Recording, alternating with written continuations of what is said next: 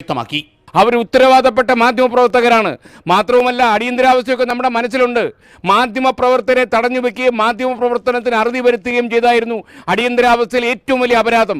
മംഗളൂരിൽ മാധ്യമപ്രവർത്തകർ കസ്റ്റഡിയിലെടുത്ത സംഭവം ജനാധിപത്യ ഇന്ത്യക്ക് ഭൂഷണമല്ലെന്ന് ഏഷ്യാനെറ്റ് എഡിറ്റർ MG രാധാകൃഷ്ണൻ പ്രതികരിച്ചു.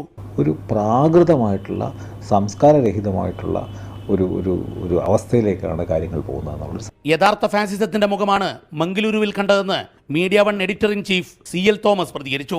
മാധ്യമപ്രവർത്തകരെ എവിടേക്കാണ് കൊണ്ടുപോയതെന്ന് പോലും പറയാൻ പോലീസ് തയ്യാറായില്ല എന്നും യഥാർത്ഥത്തിൽ പൗരാവകാശ ലംഘനമാണ് നടന്നതെന്നും CL തോമസ് പറഞ്ഞു. ഇതിന് അതിശക്തമായ ജനകീയ പ്രതിരോധത്തെ മാധ്യമങ്ങൾ കൂടെ നിർത്തി ആ ജനകീയ പ്രതിരോധത്തിലൂടെ മാത്രമേ ഇതിനൊരു ഒരു പോംവഴി ഉണ്ടാക്കാൻ നമുക്ക് സാധിക്കുകയുള്ളൂ. മാധ്യമപ്രവർത്തകർക്ക് നേരെ നടന്ന കടന്നാക്രമണം പത്രപ്രവർത്തന സ്വാതന്ത്ര്യത്തിന് നേരെയുള്ള കടന്നാക്രമണമായി മാത്രം കണ്ടാൽ പോരെന്നും ഇത് പൗരാവകാശ ലംഘനം കൂടിയാണെന്ന് Mathrubhumi joint managing director MV Shreyams Kumar പ്രതികരിച്ചു. മാധ്യമപ്രവർത്തകർ ആയുധമുണ്ട്, അവരുടെ പേനയും അവരുടെ നാവും അവരുടെ ക്യാമറയുമാണ്. അതും മാരക ശക്തിയുണ്ട്, പക്ഷെ ആളെ കൊല്ലാനുള്ളതല്ല. വിവിധ മാധ്യമ സ്ഥാപനങ്ങളുടെ മേധാവികൾ ഒരുമിച്ച് ഇത്തരത്തിൽ പ്രതികരണത്തിന് തയ്യാറാകുന്നത് കേരളത്തിന്റെ ചരിത്രത്തിൽ തന്നെ ഇത്